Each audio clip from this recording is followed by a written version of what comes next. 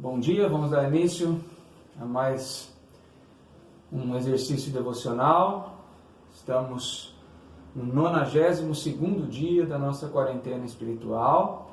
Há uma expectativa crescendo aí, para a volta aos trabalhos presenciais.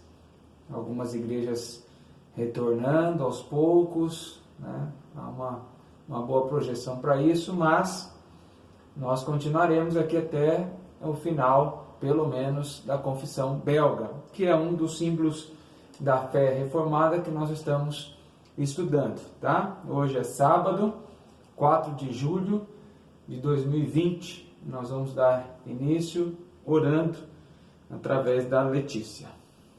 Senhor, muito obrigado por esse dia. Quero te agradecer por tudo que o Senhor fez por nós.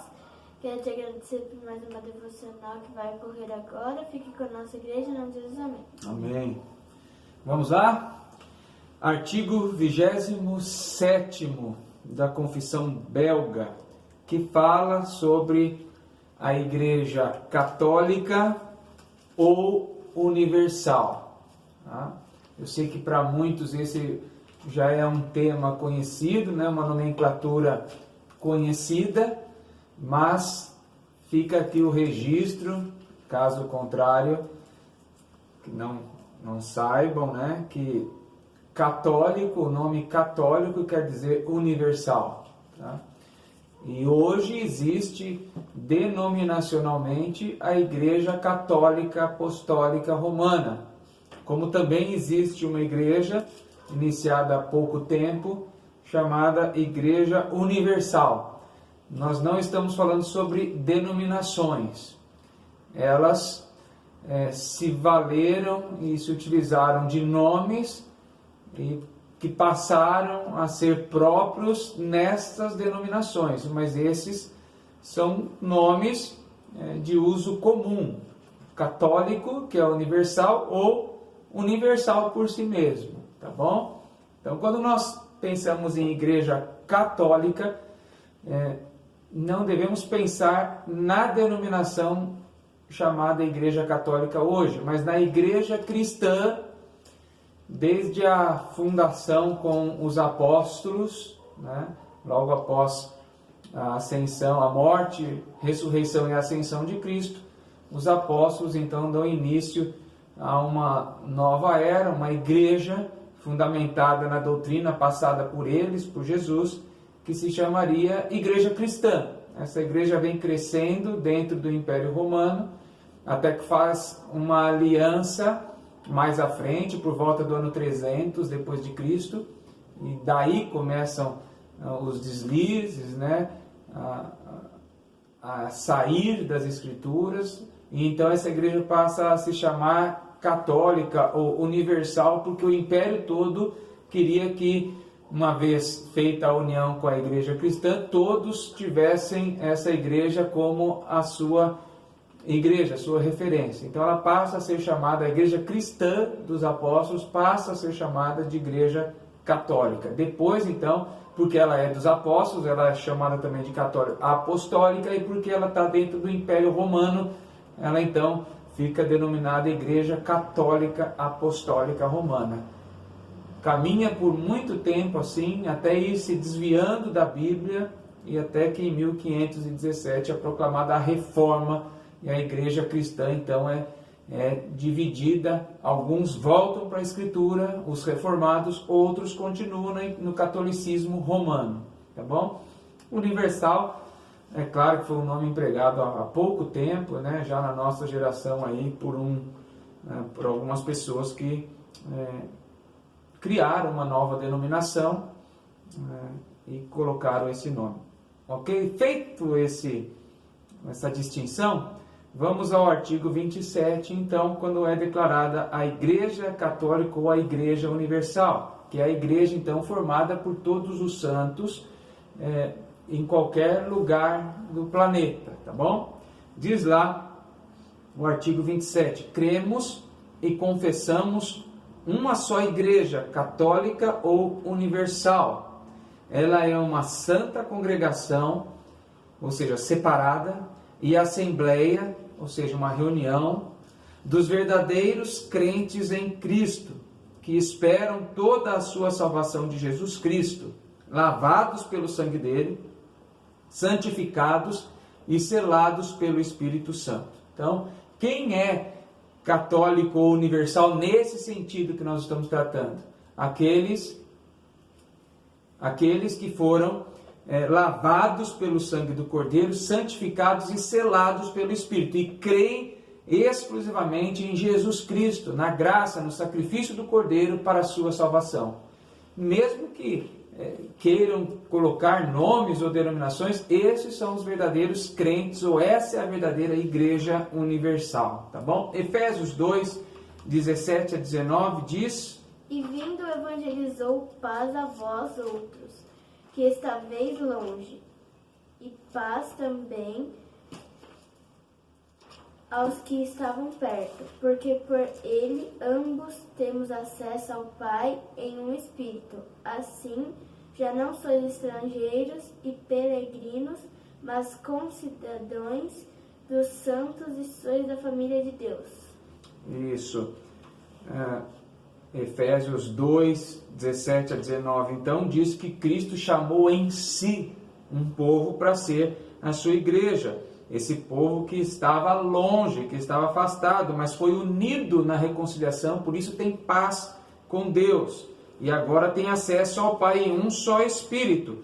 Então, são estrangeiros, são peregrinos nessa terra, porque estão em diversas localidades, mas não são em se tratando de reino, né? São partes do mesmo reino que tem Jesus como seu Senhor, tá? Esses verdadeiros crentes, então, em Cristo, esperam toda a sua salvação só de Jesus Cristo. Joel 2,32, o que diz lá?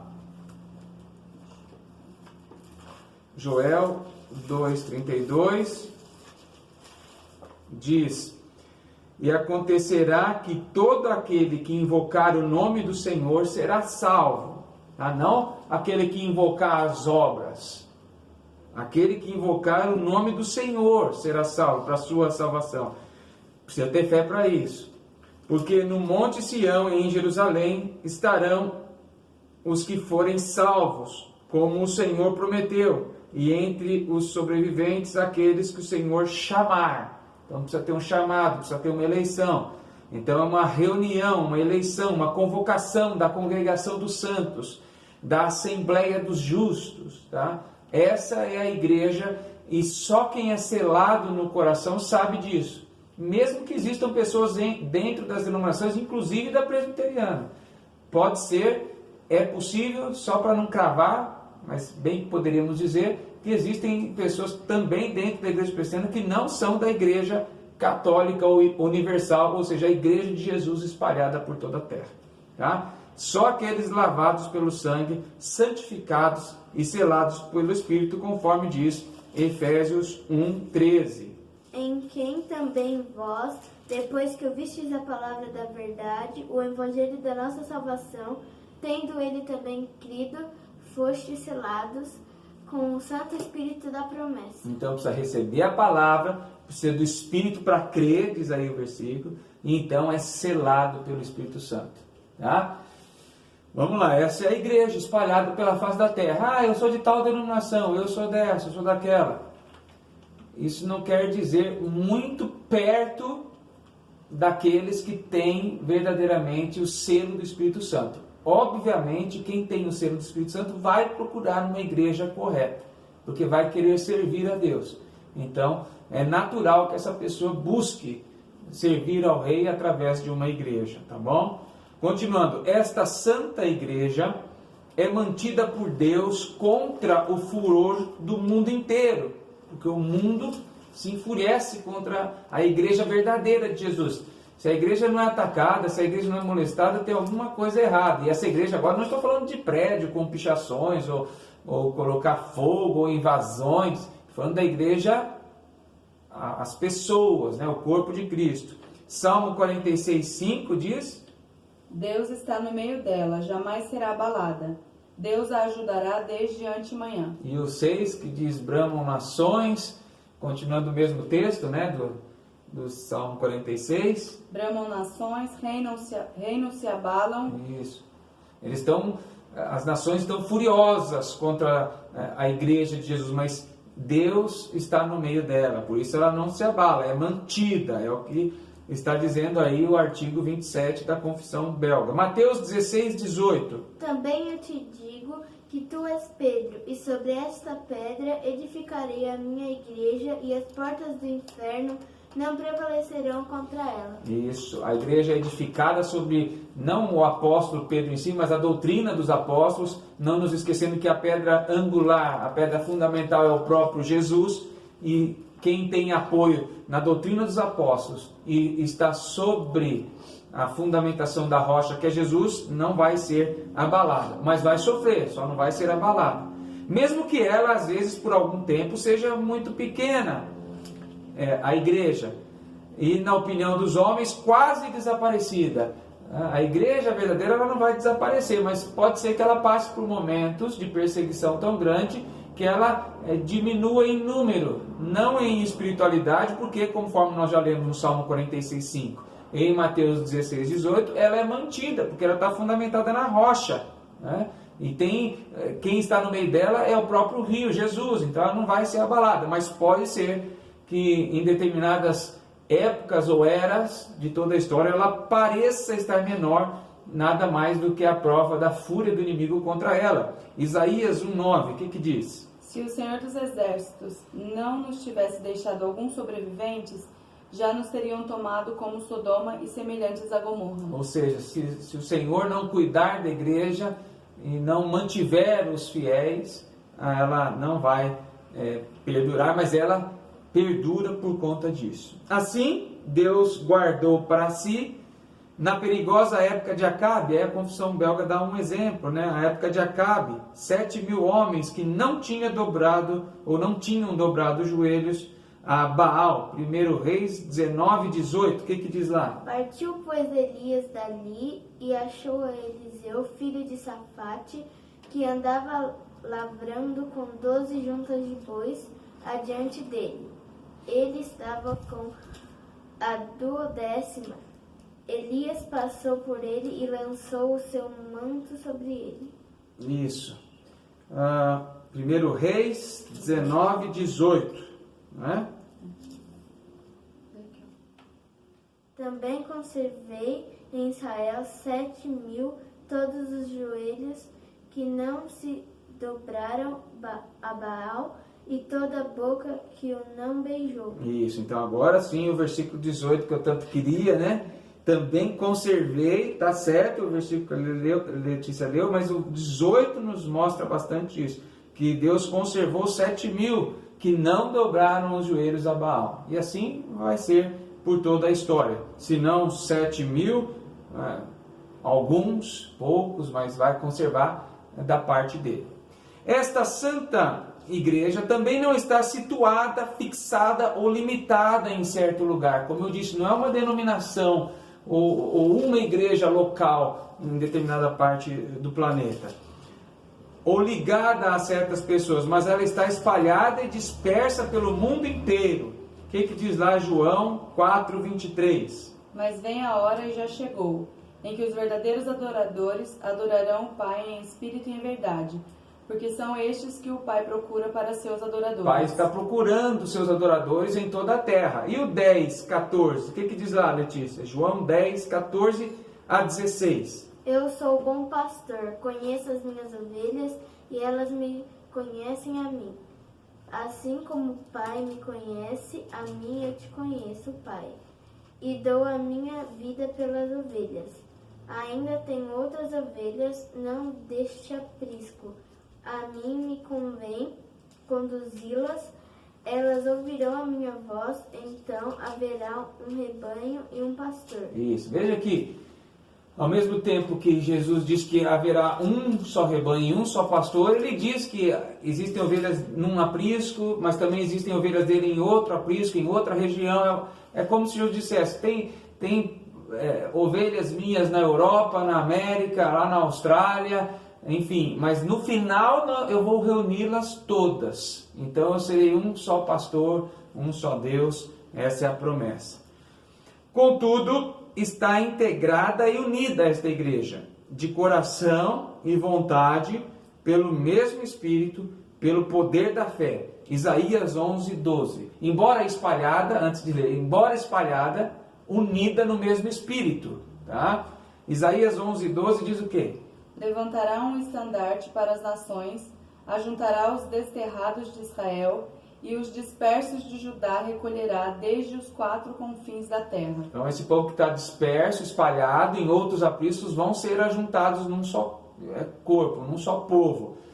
E esse povo, mesmo disperso, já tem um só Espírito, já tem uma só fé. É o que diz Efésios 4:4. Há somente um corpo e um Espírito, como também foste chamados numa só esperança da vossa vocação. Isso, um só corpo, um só Espírito, um só chamado, é um só povo. Tá? Enfim, as denominações estão aí, algumas fiéis à palavra, outras infiéis, mas aquelas que são fiéis a Jesus Cristo como seu Senhor, estas vão ser reunidas no final como um só corpo e vão prevalecer. E outros não, outros vão desaparecer nos momentos de crise, vão sumir das igrejas, porque nunca foram, na verdade, povo de Deus. Mas essa igreja católica, ou essa igreja universal, invisível, está espalhada pela face da terra, para louvor e glória do Senhor. Há um hino, 300, dos nossos hinários, que diz isso, da igreja resgatada por Cristo, do preço que foi pago por Jesus para resgatá-la. Para resgatar a igreja, grande preço Cristo deu. Não foi ouro nem foi prata, foi seu sangue que verteu. Grande foi o teu amor, que na cruz assim mostraste. Partires, tua vida não poupaste, pois agora que sou tua, não te quero mais perder, e com gratidão servindo, quero só por ti viver.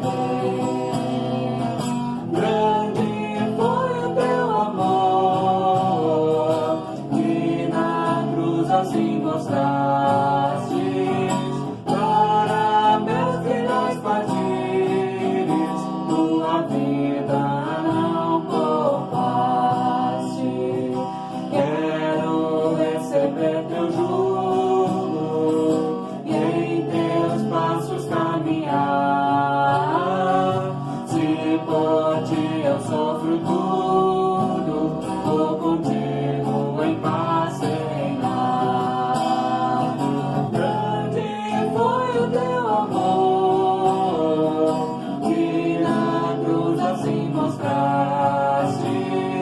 Para meus irmãos partires, tua vida não poupaste. Eis que estou aqui na terra, esperando teu voltar. Vem buscar a tua igreja, vem Senhor e sem tardar.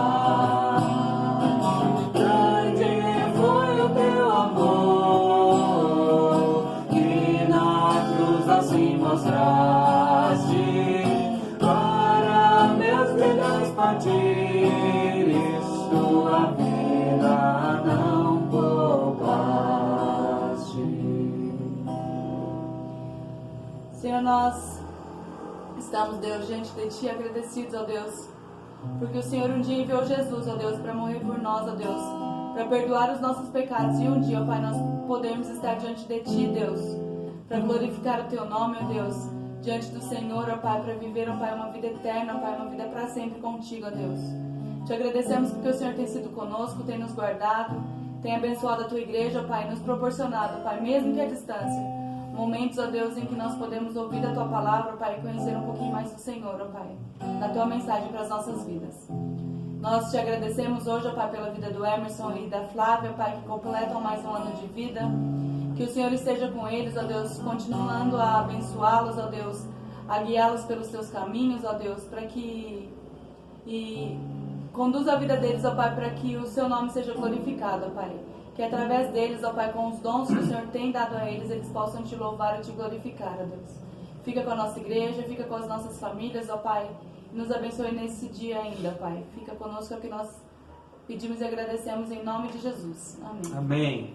Pergunta 28. 27 ou 28? Ixi. 27, né? Nós estamos no 27. Um equívoco meu aí da pergunta. É a 27, viu? Conforme Atos 20 e 28. Por que a igreja é importante? Só isso.